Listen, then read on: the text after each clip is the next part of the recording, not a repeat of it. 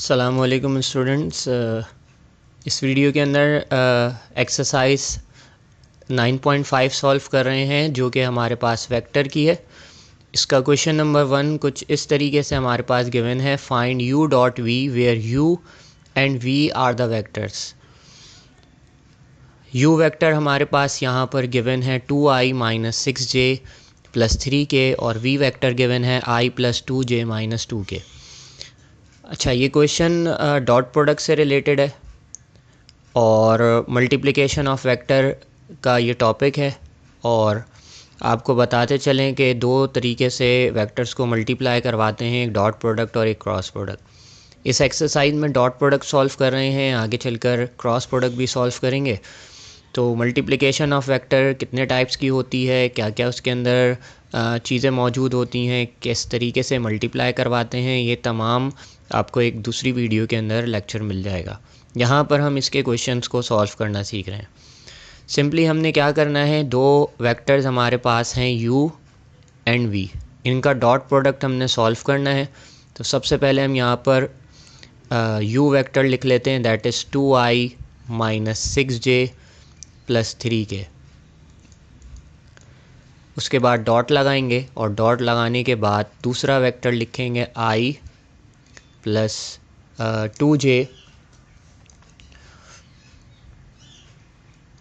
Minus 2k। अच्छा, अब multiplication का रूल यहाँ पर कुछ इस तरीके से होगा कि हमारे पास जो सेम कंपोनेंट है उनको सेम कंपोनेंट से मल्टीप्लाई करवाना होगा। यानी i को i से मल्टीप्लाई करवाएंगे, j को j से मल्टीप्लाई करवाएंगे और k को k से। क्योंकि हमारे पास यहाँ पर कुछ प्रॉपर्टीज़ होती हैं डॉट प्रोडक्ट की, that is i dot i बराबर होगा 1 के, j डॉट j बराबर होगा 1 के और k डॉट k बराबर होगा 1 के। यानी सिमिलर वेक्टर्स अगर मल्टीप्लाई करवाएंगे डॉट प्रोडक्ट से तो वो 1 के बराबर आएंगे। इसी तरीके से अगर i डॉट j होगा तो वो 0 हो जाएगा, j डॉट i होगा तो वो 0 हो जाएगा, i डॉट k होगा तो वो 0 हो जाएगा। इसी तरीके से j डॉट k होगा तो वो 0 हो जाएगा, या k डॉट i होगा तो वो 0 हो जाएगा। यानी डिसिमिलर 0 के बराबर हो जाएंगे और सिमिलर जो है वो 1 के बराबर हो जाएंगे, लेकिन सिर्फ़ और सिर्फ डॉट प्रोडक्ट में। क्रॉस प्रोडक्ट में ये चीज़ चेंज हो जाती है। तो अभी डॉट प्रोडक्ट हम सॉल्व कर रहे हैं तो इसी के ऊपर हम फोकस करते हैं। तो यहाँ पर i को i से मल्टीप्लाई यानी कि 2 को मल्टीप्लाई करवाएंगे i के इधर कोफिशिएंट जो कि 1 लिखा हुआ है उससे, तो 2 1 क्या हो जाएगा हमारे पास 2। फिर माइनस और i डॉट i क्या हो जाएगा 1, वो लिखना ज़रूरी नहीं है। फिर माइनस प्लस माइनस करेंगे, 6 2 हमारे पास कितना हो जाएगा 12, j डॉट j कितना हो जाएगा 1। फिर प्लस माइनस माइनस करेंगे, 3 2 कितना हो जाएगा 6। अब इन वेक्टर्स को आप क्या कर लें, एडअप कर लें। तो माइनस 12 और माइनस 6 माइनस 18 होगा, माइनस 18 में से 2 हम माइनस करेंगे, दैट इज़ माइनस 16। तो हमारे पास इसका जो आंसर आया वो आ गया माइनस 16। इस तरीके से रेस्ट ऑफ द क्वेश्चंस जो हैं वो आप खुद से सॉल्व कर सकते हैं। सिंपली इस तरीके से हम इसको सॉल्व किया डॉट प्रोडक्ट में। अब नेक्स्ट क्वेश्चन जो हमारे पास है वो कुछ इस तरीके से है। क्वेश्चन हमारे पास है, find cos theta where theta is the angle between the vectors u and v of question number 1। जो अभी हमने ऊपर क्वेश्चन ये सॉल्व किया है, यही क्वेश्चन है। इसके एंगल निकालना है इनके दरमियान का। दो वेक्टर्स बने हुए हैं और इनके दरमियान का जो थीटा है वो हमने मालूम करना है। जैसे हम बोलते हैं कि एक वेक्टर ये u बना हुआ है इस तरीके से, एक वेक्टर इस तरीके से v बना हुआ है, इसके दरमियान का ये एंगल हमने फाइंड आउट करना है। तो वही क्वेश्चन है, उसी को हम करेंगे। और एंगल निकालना बहुत आसान होता है, कोई हार्ड एंड फास्ट चीज़ हमारे पास नहीं है। तो आपको मालूम होगा कि आपने कोई फॉर्मूला पढ़ा था, a डॉट b बराबर होता है किसके, ए बी कॉस थीटा। यानी जब हम डॉट प्रोडक्ट को रिजॉल्व करते हैं तो हमारे पास कॉस थीटा आ जाता है। तो हम यहाँ पर इसको बिल्कुल इसी तरीके से लिखेंगे सिमिलरली कि अगर हमारे पास u डॉट v है, ये दो वेक्टर्स हैं u डॉट v, और ये बराबर होंगे u v कॉस थीटा के। ठीक, इसको हम बोल देते हैं कि ये बेसिकली हमारे पास वेक्टर्स गिवन है। सही। तो अगर मुझे यहाँ से कॉस थीटा की वैल्यू निकालनी है तो ये यू वी का जो मैग्नीट्यूड है वो इधर आकर डिवाइड हो जाएगा। अच्छा ये याद रहे, जिन पर ये एरो लगे हुए हैं ये वेक्टर्स को शो कर रहे हैं और जिन पे एरो नहीं है वो इसके स्केलर्स हैं। इनके ऊपर हम मॉड्यूलस का साइन भी लगा सकते हैं इस तरीके से। तो अगर हमने कॉस थीटा की वैल्यू को सेपरेट करना है तो कॉस थीटा की वैल्यू हमारे पास इस तरीके से आ जाएगी, फॉर्मूला हो जाएगा u dot v over magnitude of u and magnitude of v। इस तरीके से ये हमारे पास इक्वेशन बन जाएगी। हम इसको इक्वेशन नंबर 1 का नाम दे देते हैं। अच्छा अब याद रखिएगा, आपको ये फार्मूला हमेशा बनाने की ज़रूरत नहीं है। आप ये पूरा फार्मूला ऐसे याद कर लेंगे, कॉस थीटा बराबर होता है u dot v upon u v, या कॉस थीटा बराबर होगा a dot b upon a b, इस तरीके से। अब इस इक्वेशन 1 के अंदर देखिए हमने क्या क्या चीज़ें फाइंड करनी है। u डॉट वी फाइंड करना है और मैग्नीट्यूड ऑफ u और मैग्नीट्यूड ऑफ v। अच्छा अगर देखें तो हमने u डॉट वी पहले से मालूम किया हुआ है। u डॉट वी हमने पहले से मालूम किया हुआ है। कहाँ किया हुआ है? ये दोनों वेक्टर्स जो हैं वो सेम है, वही क्वेश्चन नंबर 1 के। सही। तो हमने ये मालूम किया हुआ है। हम यहाँ पर एज इट इज़ इसको ऐसे ही लिख देते हैं कि ये हमारे पास आ रहा था -16।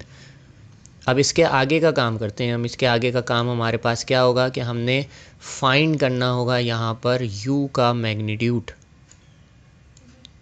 और u का मैग्नीट्यूड किस तरीके से फाइंड करेंगे? देखें, u वेक्टर हम लिखेंगे कि u वेक्टर का magnitude is equal to under root. अब u वेक्टर हमारे पास यहाँ लिखा हुआ है 2i माइनस 6j प्लस 3 के, तो 2 का स्क्वायर प्लस -6 का स्क्वायर प्लस 3 का स्क्वायर। तो हम इसके स्क्वायरिंग करवा लेंगे इस तरीके से, इसके कंपोनेंट के i कंपोनेंट का स्क्वायर प्लस j कंपोनेंट का स्क्वायर प्लस k कंपोनेंट का स्क्वायर। तो हमारे पास u वेक्टर का मैग्नीट्यूड कुछ इस तरीके से आएगा। अंडर रूट 2 का स्क्वायर हो जाएगा 4, 6 का स्क्वायर हो जाएगा 36 और 3 का स्क्वायर हो जाएगा 9। तो इट वुड बी 49। तो हमारे पास यहाँ पर अंडर रूट यह आ जाएगा 49। और अगर हम बोलें कि u का जो मैग्नीट्यूड आ रहा है वो आपके पास बराबर आ रहा है 7 के। तो ये u वेक्टर हमने निकाल लिया है, u का मैग्नीट्यूड। इसी तरीके से हम v का मैग्नीट्यूड निकालेंगे और v वेक्टर हमारे पास ये गिवन है i plus 2j minus 2k। तो now for the vector v, इसका मैग्नीट्यूड निकालना है हमें। और इसका मैग्नीट्यूड निकालने के लिए हम क्या लिखेंगे? v का magnitude is equal to under root i का स्क्वायर था, फिर -2 का स्क्वायर था, फिर 2 का स्क्वायर था। तो अगर देखें तो 1 का स्क्वायर 1, 2 का स्क्वायर 4, 2 का स्क्वायर 4, तो हमारे पास यहाँ आ जाएगा अंडर रूट 9। तो v का जो मैग्नीट्यूड हमारे पास आया वो आ गया 3। तो फॉर्मूले के मुताबिक हमने a डॉट बी भी निकाल लिया है, यानी कि v dot u dot v भी निकाल लिया है, u भी निकाल लिया और v भी निकाल लिया है। अब इक्वेशन के अंदर हम सब्स्टिट्यूट करवाएंगे इक्वेशन नंबर 1, जो हमारे पास कुछ इस तरीके से थी कि cos theta is equal to u dot v upon magnitude of u and magnitude of v। So cos theta is equal to u dot v की जगह पर हम क्या लिखेंगे? माइनस का 16 ओवर u की जगह हम क्या लिखेंगे जो हमने अभी मालूम किया था, दैट इज़ 7 आ रहा था ऊपर। अगर देखें हम u का मैग्नीट्यूड हमारे पास 7 आ रहा था और v का मैग्नीट्यूड हमारे पास कितना आ रहा है? 3 आ रहा है। तो इसकी जगह पर 3 सब्स्टिट्यूट करवाएंगे तो हमारे पास हो जाएगा -16 ओवर 21। अच्छा अब ये हमारे पास जो है वो cos थीटा की वैल्यू आ चुकी है। आपके पास यहाँ पर cos थीटा ही एवेलुएट करना है, थीटा एवेलुएट आपने नहीं करना। तो आप इसको सिंपल इस तरीके से -16 ओवर 21 बनाकर भी लिख सकते हैं या डेसिमल वैल्यूज़ में भी लिख सकते हैं। ये हमारे पास इसका आंसर हो गया। अगर आपको थीटा मालूम करने को कहा जाता, क्योंकि इस क्वेश्चन के अंदर देखिए थीटा मालूम नहीं करना बल्कि कॉस थीटा की फाइंड कॉस थीटा मालूम करना है, तो आपने कॉस थीटा तक इसको इसी तरीके से रोक देना है। अगर थीटा निकालना होता तो हम इसके आगे क्या काम करते, हम यहाँ पे लिखते theta is equal to cos inverse और यहाँ लिखते हैं -16/21।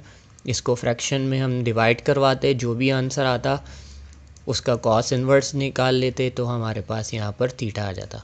तो इस तरीके से ये क्वेश्चन हुआ। तो होप आपको ये समझ में आया होगा।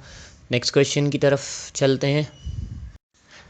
नेक्स्ट क्वेश्चन हमारे पास है जिसमें लिखा हुआ है find cos b in a triangle ABC where A B C are the points A B and C। ये पॉइंट्स हमारे पास गिवन है जिनसे एक ट्राइंगल ड्रॉ हमने करना है, ट्राइंगल हमने ड्रॉ करना है और उसके अंदर हमने cos b की वैल्यू निकालनी है, यानी b के पास एक एंगल होगा वही हमने निकालना होगा यहाँ पर। सो हम यहाँ पर इसको इस तरीके से करते हैं कि एक ट्राइंगल हम ड्रॉ करेंगे इस तरीके से और इसमें 3 पॉइंट्स हम बना देते हैं। एक पॉइंट हम कहते हैं कि यहाँ मौजूद है A जिसके कोऑर्डिनेट्स हैं -2 0। B पॉइंट हम यहाँ बना देते हैं, आप कहीं पर भी बना सकते हैं, कोई इशू नहीं है इस बात का। 1 और 2 है। हमारे पास यहाँ पे C पॉइंट है जो कि कुछ इस तरीके से है कि C बराबर है 2 और -3। सो ये पॉइंट जो है वो C है। अच्छा, एंगल हमने मालूम करना है। cos B का मतलब क्या है, एंगल, और एंगल जो हमने मालूम करना है वो B पॉइंट पे मालूम करना है ऐसे। अच्छा, अब B पॉइंट का जो एंगल मालूम करना है तो यकीनन एक वेक्टर हमारे पास यहाँ से ड्रॉ होगा ऐसे, ये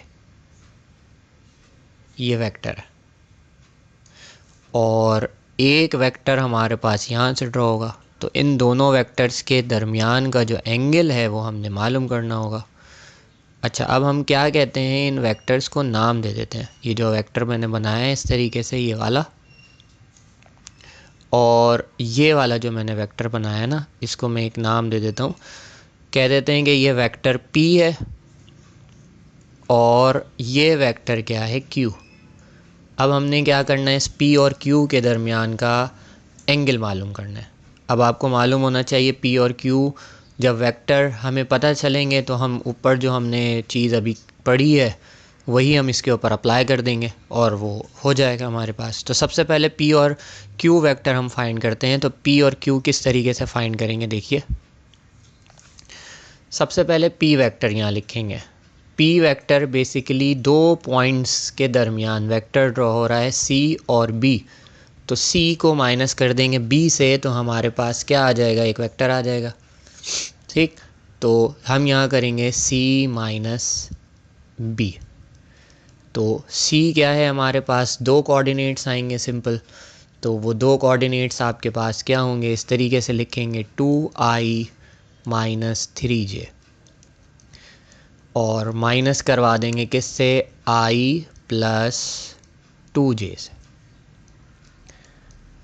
अच्छा, तो यहाँ पर ये हो जाएगा 2i minus 3j minus i minus 2j। सो हमारे पास ये वेक्टर कुछ इस तरीके से बनेगा। 2 माइनस 1 1 बचा, माइनस माइनस प्लस हो जाएगा, साइन माइनस की आएगी 5j। सो ये हमारे पास कौन सा वेक्टर आ गया, P वेक्टर आ गया। सही। इसी तरीके से अब हमने क्या करना है, हमने Q वेक्टर निकालना है, और Q वेक्टर किसके दरमियान है, A और B के दरमियान। तो हम A में से माइनस करेंगे B, तो हमारे पास Q आ जाएगा। सो नाउ वेक्टर Q क्या है, A माइनस B, और A वेक्टर हमारे पास जो बन रहा है वो किस तरीके से बन रहा है, -2i और 0, सिर्फ यहाँ पे -2i ही आ जाएगा। तो हम यहाँ लिख देंगे -2i, 0 है तो वो काउंटेबल नहीं है। माइनस बी से करेंगे, बी वेक्टर हमारे पास क्या है, सिंपल आई प्लस 2j,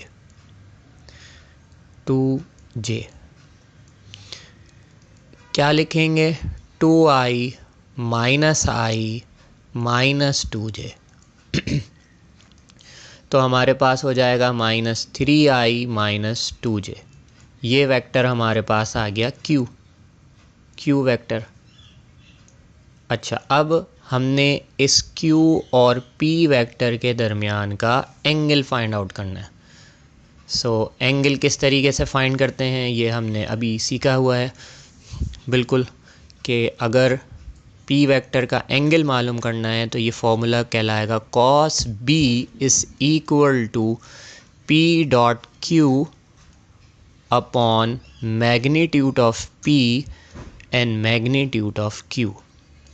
सबसे पहले हम यहाँ पर फाइंड आउट करते हैं, इधर फाइंड आउट कर लेते हैं P डॉट Q।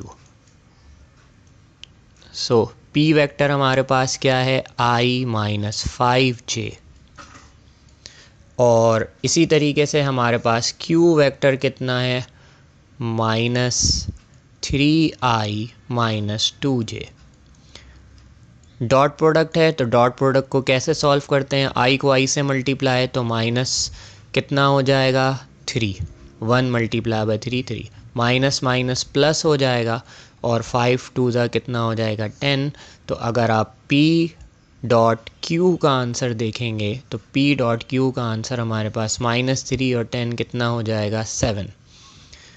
ये हमारे पास 7 आ गया इसका जवाब। अच्छा, अब हमने क्या करना है, P को फाइंड करना है, P का मैग्नीट्यूड और Q का मैग्नीट्यूड। तो I माइनस 5j, अगर मैं इसी के आगे आपको इसको सॉल्व करके बता दूं, आपने नीचे कर लेना होगा इसको। P का मैग्नीट्यूड अगर मैं इधर निकाल दूं उसका, तो देखें क्या होगा, 1 का स्क्वायर माइनस 5 का स्क्वायर। 1 का स्क्वायर 1 और 5 का square 25, it would be 26। P का मैग्नीट्यूड हमारे पास कितना आ गया 26। और अगर हम Q का मैग्नीट्यूड निकालें, देखें यहाँ पर, तो Q का मैग्नीट्यूड अंडर रूट क्या हो जाएगा, माइनस 3 का स्क्वायर और प्लस माइनस 2 का स्क्वायर। तो माइनस 3 का स्क्वायर कितना हो जाएगा, 3 3 ज़ा 9, 2 2 ज़ा 4, और ये हो जाएगा हमारे पास 13। तो ये Q का मैग्नीट्यूड भी आ गया।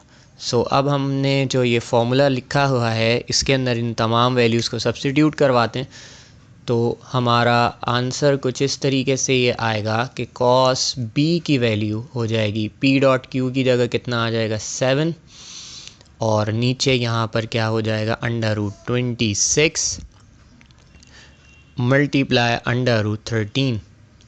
सही, आप इसको यहीं तक भी रख सकते हैं और इसको मज़ीद आगे फ्रैक्शन में सॉल्व करवा कर भी लिखा जा सकता है। ये हमारे पास जो है इस तरीके से इसका आंसर हो गया। रेस्ट ऑफ द क्वेश्चन आप सॉल्व कर सकते हैं, बाकी के जितने क्वेश्चन हैं वो हम नेक्स्ट वीडियो के अंदर डिस्कस करते हैं।